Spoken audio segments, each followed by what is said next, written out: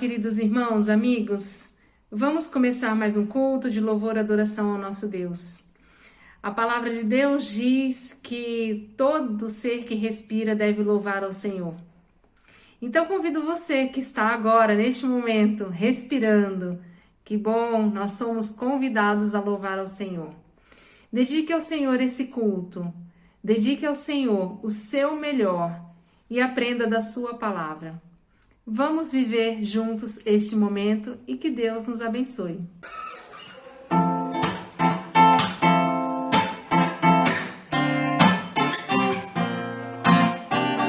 Tenho esperança, Ele não me deixará. Ele vive em mim, dia a dia sim. Tenho esperança, seu nome é Jesus, Rei da paz e Senhor de amor. É Jesus, Filho de Deus, meu futuro Ele guardará. Esperança sempre haverá. Tenho esperança, Ele não me deixará. Ele vive em mim, dia a dia sim. Tenho esperança, seu nome é Jesus, Rei da paz e Senhor de amor. É Jesus, Filho de Deus, meu futuro Ele guardará. Esperança sempre haverá. Esperança sempre haverá. Esperança sempre haverá.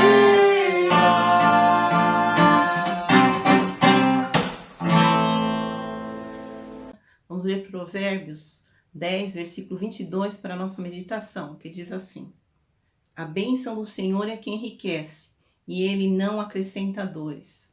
Irmãos, o Senhor tem nos abençoado com bênçãos materiais, mas a melhor bênção que nós podemos ter do Senhor é termos conhecido o Senhor, termos recebido dele a salvação em Cristo Jesus, o perdão dos nossos pecados, a certeza da vida eterna. Essas bênçãos, sim, não acrescentam dores, só alegria, porque Jesus, ele nos satisfaz a cada dia, a cada amanhecer. Amém? Vamos estar agradecendo a Deus? Senhor Deus e Pai, nós somos gratos a Ti, Pai querido, por mais um dia de vida. Te agradecemos pelo Teu cuidado diário. Te agradecemos, Senhor, pela Tua proteção, pela provisão que o Senhor tem nos dado. Queremos Te agradecer todas as bênçãos que o Senhor tem nos concedido, a salvação em Cristo Jesus, o perdão dos nossos pecados, a certeza da vida eterna. Ó Deus, muito obrigado por estas bênçãos e também já Te agradecemos pelas bênçãos que o Senhor pretende nos dar. Pai querido, neste momento nós queremos colocar a Igreja Batista Moriá na Tua santa presença, que o Senhor continue abençoando grandemente cada um dos Teus servos, ó Deus, visitando os Teus servos que se encontram enfermos, ó Deus, derramando a Tua cura, Pai querido. Abençoa também a Tua Igreja que se prepara para a volta, para termos os cultos presencial. Senhor, que tudo seja feito de acordo com a Tua vontade, Pai querido.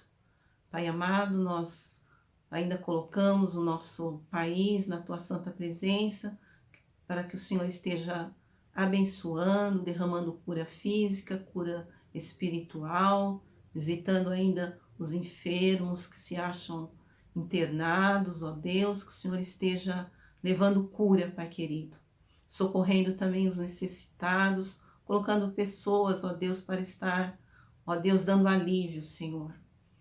Pai querido, somos gratos a Ti, ó Deus, por tudo quanto o Senhor tem nos abençoado. Muito obrigado. E oramos em nome de Jesus, pedindo perdão pelos nossos pecados. Amém. Eu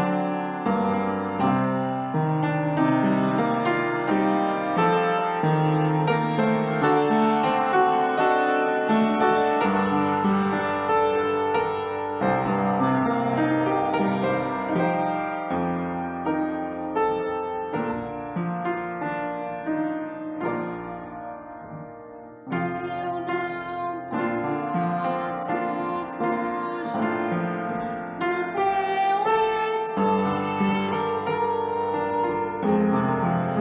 nem ficar distante do teu amor. Se eu subir até os céus, só uma vez vou descer, sei que ali tu estás, mesmo se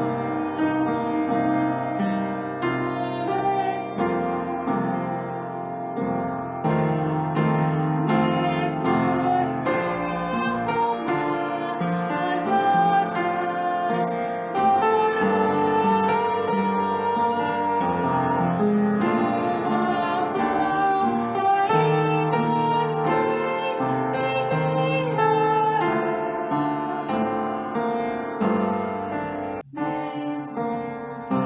ouvindo a noite escura, tua luz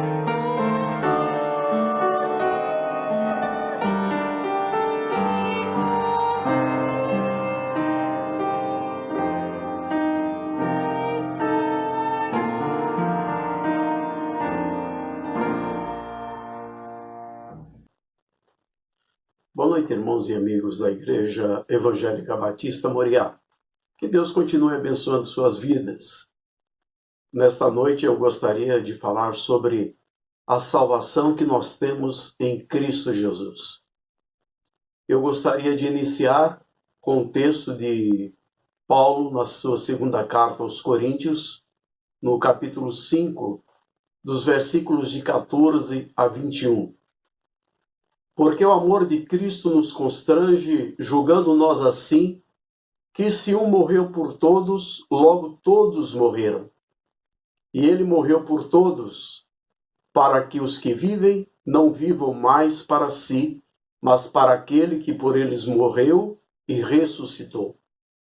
Assim que daqui por diante a ninguém conhecemos segundo a carne, e ainda que também tenhamos conhecido Cristo segundo a carne, contudo, agora já o não conhecemos desse modo. Assim que se alguém está em Cristo, nova criatura é, as coisas velhas já passaram, eis que tudo se fez novo. E tudo isso provém de Deus, que nos reconciliou consigo mesmo por Jesus Cristo e nos deu o ministério da reconciliação. Isto é, Deus estava em Cristo, reconciliando consigo o mundo, não lhes imputando os seus pecados, e pôs em nós a palavra da reconciliação. De sorte que somos embaixadores da parte de Cristo, como se Deus por nós rogasse. Rogamo-vos, pois, da parte de Cristo, que vos reconcilieis com Deus. Aquele que não conheceu pecado, o fez pecado por nós, para que nele fôssemos feitos justiça de Deus. Algumas expressões são comuns e usuais na experiência cristã. Por exemplo, só Cristo salva, aceitar a Jesus como Salvador, receber a Jesus no coração. Sob certo ponto de vista, a salvação é muito simples. Pode ser resumida nas palavras de Paulo ao carcereiro de Filipos, lá em Atos 16:31, crê no Senhor Jesus e será salvo. Parece simples, mas também a salvação ela é muito profunda. Ela tem o mais penetrante e o mais permanente impacto possível sobre a pessoa que a experimenta. Mas qual é o real sentido bíblico da salvação que temos em Cristo? O que pensam alguns grupos religiosos sobre a salvação? Eu separei alguns. Por exemplo, o Espiritismo. Ele crê na salvação pelas obras e na reencarnação como condições para que o homem, por seus próprios esforços, possa obter a evolução espiritual. Testemunhas de Jeová, o que pensam? Não basta crer em Jesus e aceitá-lo pela fé. É preciso mais fé em Jeová, mais obras. É preciso batizar-se, pregar de casa em casa e pertencer à organização de Jeová. E o budismo? Crê em várias reencarnações e nas obras como formas de aperfeiçoamento e elevação. É a lei do karma. O mormonismo. A salvação é obtida pela fé em Cristo, pelo batismo por imersão, pela observância das leis e pelas boas obras. Nenhum homem ou mulher desta dispensação entrará no céu sem o consentimento de Joseph Smith. E por último, o islamismo. O que pensam? Não aceita a obra redentora de Jesus Cristo. Para o homem ser salvo, precisa ser eleito, acreditar em Deus. Não precisa aceitar Jesus como redentor.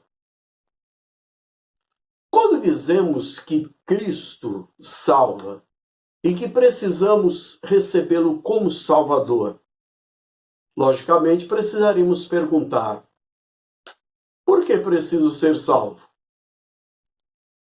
De que eu preciso ser salvo? Qual a necessidade que tenho de receber a Cristo como Salvador? Por que preciso de um Salvador? Por que preciso de salvação? Quando nós lemos na segunda epístola de Paulo aos Coríntios, no capítulo 5, versículos de 14 a 21, principalmente nos versos 18 e 19, nós podemos ver a resposta para estas perguntas. Diz assim: e tudo isso provém de Deus, que nos reconciliou consigo mesmo por Jesus Cristo e nos deu o ministério da reconciliação. Isto é, Deus estava em Cristo reconciliando consigo o mundo, não lhes imputando os seus pecados, e pôs em nós a palavra da reconciliação. Por quê? Porque estamos alienados de Deus. A maneira como esse texto ele descreve o ser humano, você e a mim, mostra que a salvação é necessária. Se Deus nos reconciliou consigo mesmo por Jesus Cristo, é porque nós estávamos distantes de Deus, em inimizade contra Deus, alienados de Deus, com um relacionamento partido com Deus. Por quê? Por causa das nossas transgressões. Mas em que consistem estas transgressões? O verso 15 vai dizer: e ele morreu por todos, para que os que vivem não vivam mais para si, mas para aquele que por eles morreu e ressuscitou. Explica que consiste em vivermos não para Deus, mas para nós mesmos. Essa é a essência da nossa transgressão, do nosso pecado. Quando a Bíblia fala que o salário do pecado é a morte, ela quer nos dizer que o salário do pecado é a alienação de Deus, afastamento de Deus, inimizade de Deus, a saber, a morte. Um homem morto espiritualmente é aquele que está longe de Deus, que está desvinculado de Deus. Efésios 2:1 diz: "E vos vivificou, estando vós mortos em ofensas e pecados." E ainda no mesmo capítulo 2, versículos de 3 a 5, entre os quais todos nós também antes andávamos nos desejos da nossa carne, fazendo a vontade da carne e dos pensamentos. E éramos por natureza filhos da ira, como os outros também. Mas Deus, que é riquíssimo em misericórdia, pelo seu muito amor com que nos amou, estando nós ainda mortos em nossas ofensas, nos vivificou juntamente com Cristo. Pela graça sois salvos. Esta alienação, ela é consequência do pecado de viver para si mesmo e não para Deus. Contrário exatamente ao propósito de Deus, que nos criou para louvor da sua glória. A história da queda do homem, registrada no livro do Gênesis, mostra que a essência dessa queda foi o quê? Que a criatura decidiu não querer mais viver para Deus, o Criador, e viver para si mesma. Ela decidiu determinar, vejam só, o que é certo ou errado, bem ou mal. O critério, o padrão, a realidade para o universo serão estabelecidas na criatura e não em Deus, o Criador. Vemos aí a vida egocêntrica, o homem colocando a si mesmo no trono e deixando Deus de lado. Este é o pecado. Aí então surgem os pecados por ação, pensamentos, por palavras, em razão do fato de estarmos ocupando o trono da vida e da existência e não mais de Deus. Quando a nossa vida é controlada pelo eu, com certeza Cristo está fora do centro da nossa vida. Então os interesses sob este controle geralmente levam a discórdias e frustrações. Quando Cristo está no centro da nossa vida, os interesses controlados por Cristo resultarão em harmonia com o plano de Deus. Por este motivo, a palavra de Deus diz que eu preciso da salvação. Ela é necessária. Portanto, qual é o fundamento da salvação? Lembra que relatamos alguns pensamentos de diversos grupos religiosos sobre a salvação, os quais claramente estão fora do propósito estabelecido por Deus. A palavra de Deus diz que o fundamento da salvação é Cristo e a sua obra. Os versículos 17 e 19. O 17 diz assim: assim que se alguém está em Cristo, nova criatura é, as coisas velhas já passaram, eis que tudo se fez novo.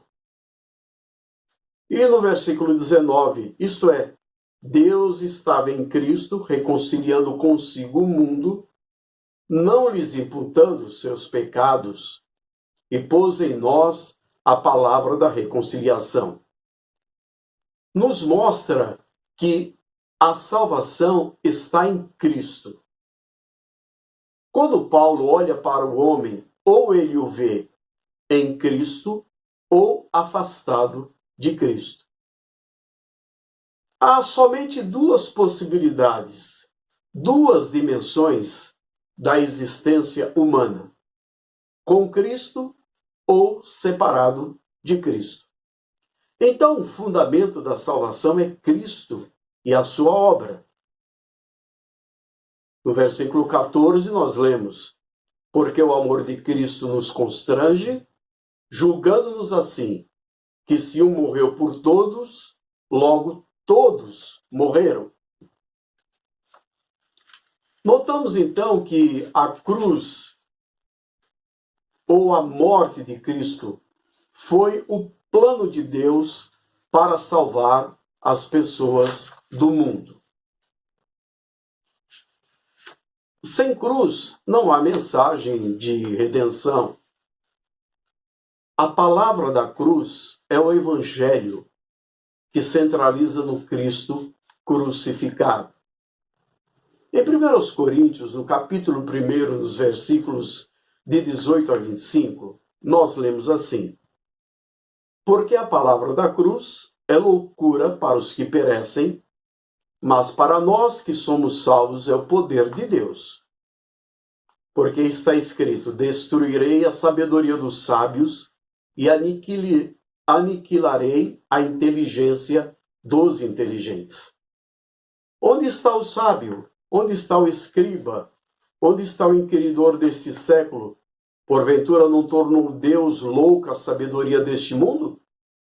Visto como na sabedoria de Deus o mundo não conheceu a Deus, pela sua sabedoria, aprove a Deus salvar os crentes pela loucura da pregação.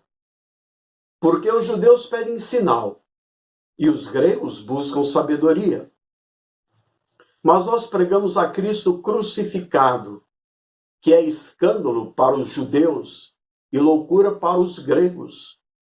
Mas para os que são chamados, tanto judeus como gregos, lhes pregamos a Cristo, poder de Deus, sabedoria de Deus. Porque a loucura de Deus é mais sábia do que os homens, e a fraqueza de Deus é mais forte do que os homens. Paulo mostra que sem cruz, sem Calvário, não há cristianismo.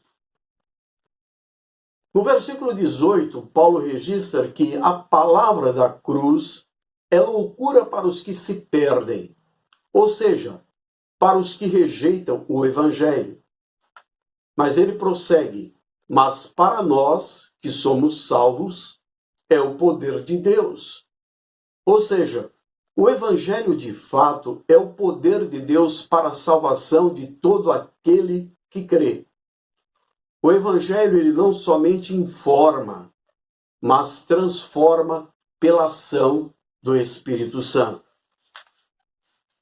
Lá em Romanos 1, versículos 16 a 17, registra: porque não me envergonho do Evangelho de Cristo, pois é o poder de Deus para a salvação de todo aquele que crê, primeiro do judeu e também do grego, porque nele se descobre a justiça de Deus de fé em fé, como está escrito: mas o justo viverá da fé. Portanto, Deus é capaz de fazer da cruz um instrumento eficiente da salvação. A cruz de Cristo foi substitutiva. Cristo morreu por todos, no lugar de todos. Sofreu a pena no lugar de todos.